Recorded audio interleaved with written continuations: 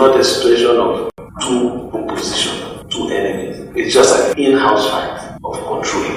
Control of what? Nothing. You can only sit on one seat. You can't sit on two. You can only be in one room at a time. As we are here, I can't be here and also be in the other section. So what are we fighting for? Vanity. And at the end, vanity. The state governor also said he is not fighting anyone and that no state governor can take what he has been subjected to in the state.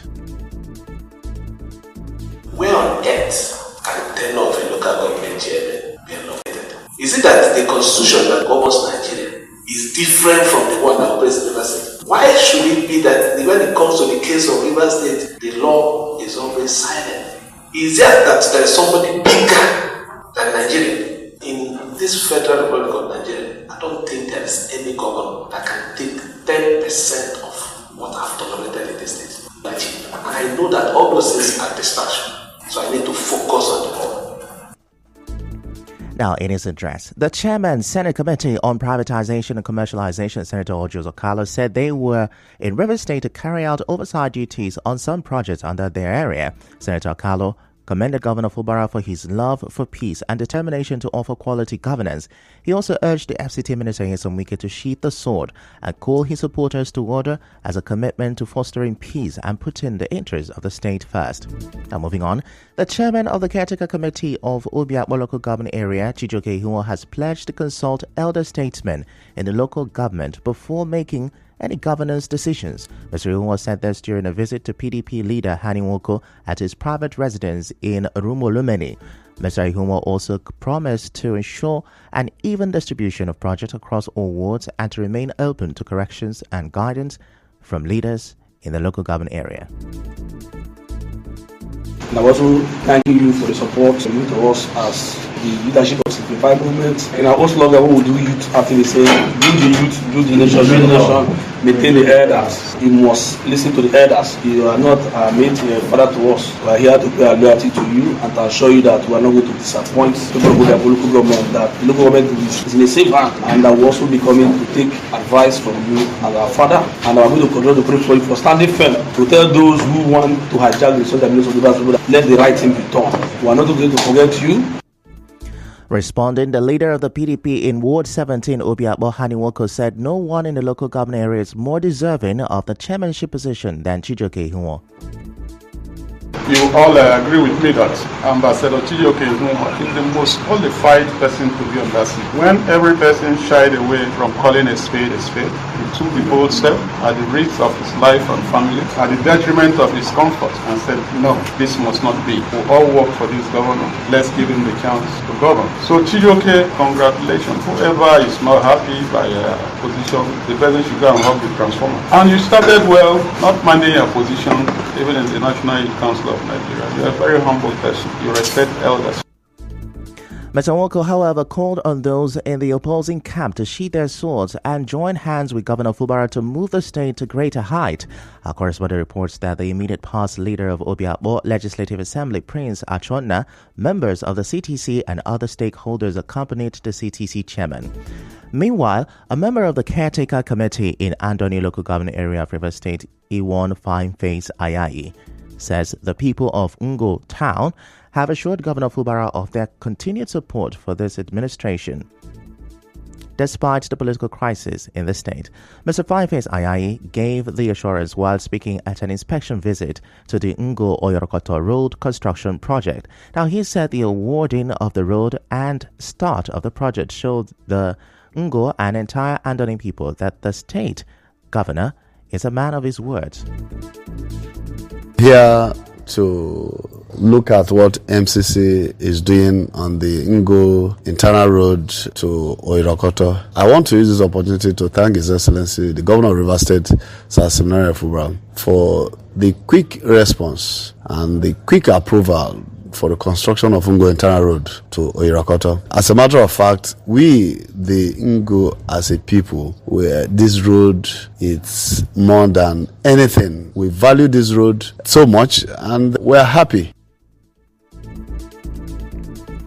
Mr. Fireface Ayayi applauded the contractor for the speed of work and appealed to the youth of the community to give necessary support to the contractor, Monia Construction Company MCC, so the project will go on as scheduled.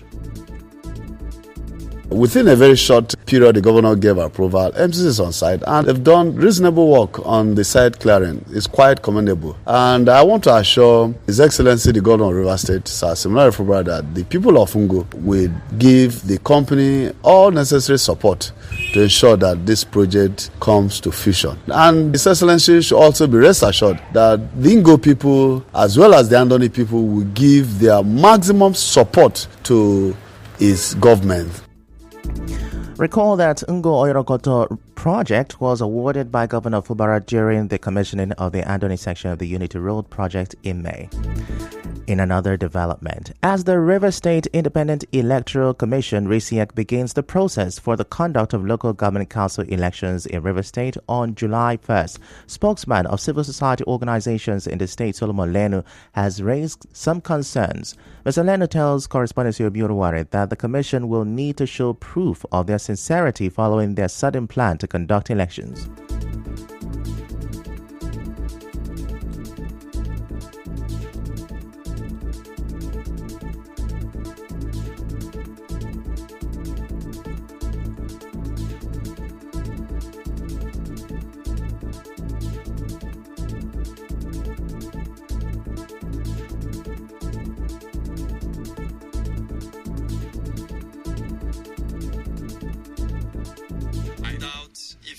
To serve the purpose of Rivers. We've witnessed situation where impose or compel them to do an election even when there was no arrangement from the state government, even when they were not prepared, just to score a political point or just to ensure that they create crisis in the system. For RISEC to do is to conduct an election that will be free, fair, credible and acceptable by all parties and all Rivers people. From hindsight, you can see that RISEC does not have all it takes to run any election.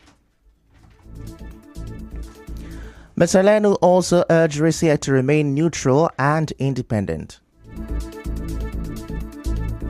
Is the RISEC independent of the state government? Or as of today, have they become independent? Do they have their own finance? Do they have their own logistics to run an election independent of the state government? If no, then what are they doing? Then who is compelling them to do what they are doing? So these are plethora of questions that are begging for answer. What they are doing is just a script that they have been handed by certain quota. It's not on their own volition. Not to be here today, doing the bidding of somebody that is somewhere else.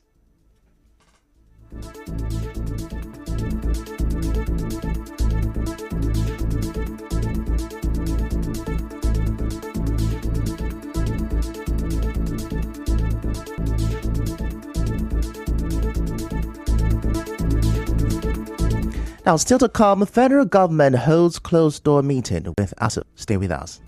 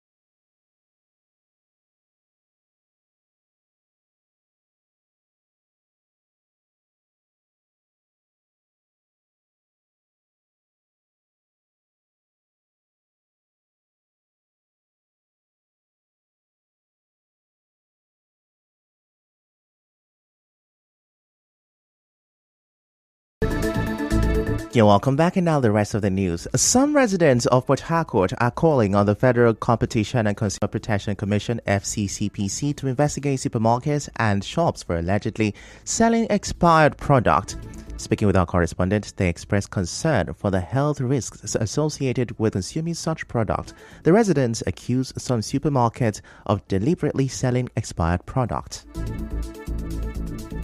I went to a supermarket like that to buy some things. I did not check on expiring dates. It's when I get home, when I start using that thing and I see that it has expired. I don't return it, but I learned my lesson there that when next I want to buy something like that, I will have to check the expiring date first. Those business people, some normally do it intentionally because they don't want them to lose the money they used to buy those things. I beg LCCP that they should please go into the markets, check the goods they are selling. In that they too can help us. Some we go and buy without checking the expiring dates. Some we eat it and we cause damage on their body. But what is there is that government should do something about it. I feel bad when I buy an expired goods, especially when I don't know. If I know it, I will not.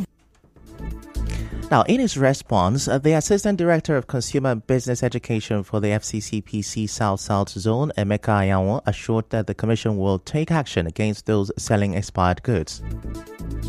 Expired products are not meant to be on the shelves of any outlets. It is laxity on the part of the service provider to allow any expired product to be on the shelf. Therefore, FCCPC frowns as such. And if by peradventure, Quality Assurance Department or Surveillance and Investigation Unit goes out and finds such a thing, it is instantly being confiscated. The penalties are enormous. If one is found wanting, he or she is being prosecuted and pays as much as 10 to 100 million naira fine. Sometimes as well, the service provider and the directors might as well be prosecuted.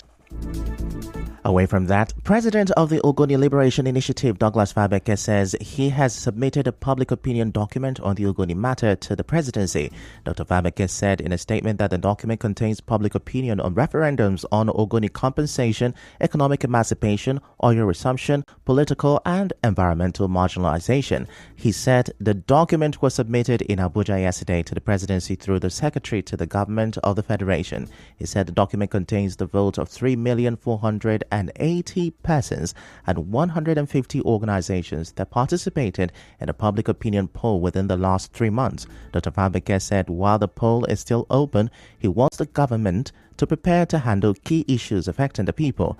Dr. Fabeke also advised Ogoni people to avoid unnecessary protest in River State and look for a way to support the state government.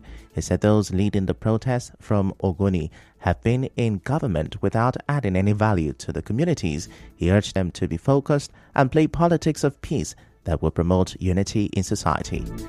Elsewhere, the Senate and House representatives will reconvene today from their Salah break. The chairman of the Senate Committees on Media and Public Affairs, Senator Yemi Adramodu, said in a statement that the resumption of plenary has become necessary to enable the lawmakers to attend to urgent national and constitutional issues and to carry out further oversight on the implementation of the Appropriation Act 2024.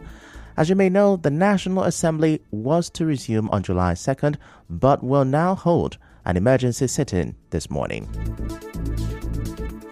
The federal government and the Academic Staff Union of Universities held a meeting on Wednesday to avert an industrial action by the union. And on the international scene, Bolivian police have arrested the leader of an attempted coup hours after the presidential palace in the capital, La Paz, was stormed by soldiers. Armored vehicles and troops had taken up positions on Morillo Square.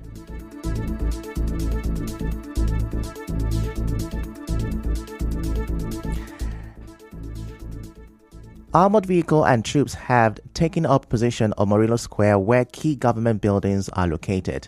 They all later withdrew. Now that's a wrap on the news this morning. Before we go, let's have a look at the major stories. Governor Fubara says failed bomb attempt was meant to portray state as unsafe. The National Assembly will hold an emergency sitting today over supplementary budget.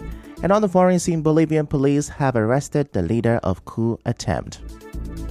The news was edited by Chioma Ezenwafo. To reach the news team, send an SMS on WhatsApp to 0808 721 7215. I'm Ifechukwu Moyili.